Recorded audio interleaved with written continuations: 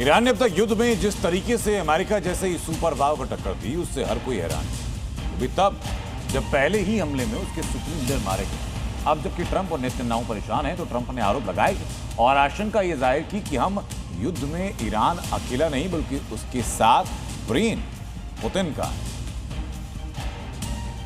Iran की दनादन मिसाइलें Israel और पूरे खाड़ी देशों को धुआं कर रही हैं। अमेरिकी एयरबेस पर बम बरस रहे हैं। तेल अवीव में आग लगी हुई है। ट्रंप के किसी भी हथियार और धमकी का असर ईरान पर नहीं पड़ रहा।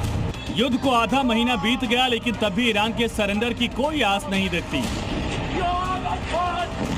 ऐसे में सवाल ये है कि आखिर क्या ईरान के पीछे कोई बड़ी ताकत है?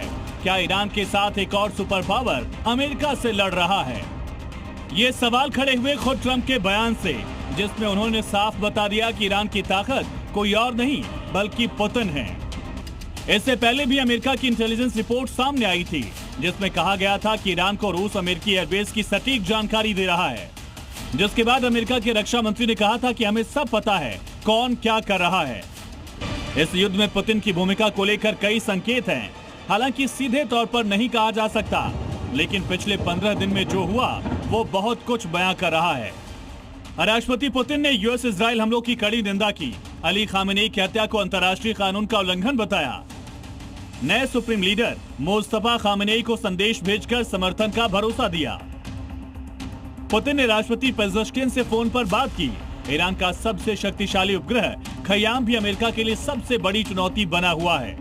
अगस्त 2022 में रूस की मदद से इसे लॉन्च किया गया था। ये सैटेलाइट 1 मीटर के हाई रेजोल्यूशन वाली तस्वीरें लेने में सक्षम है।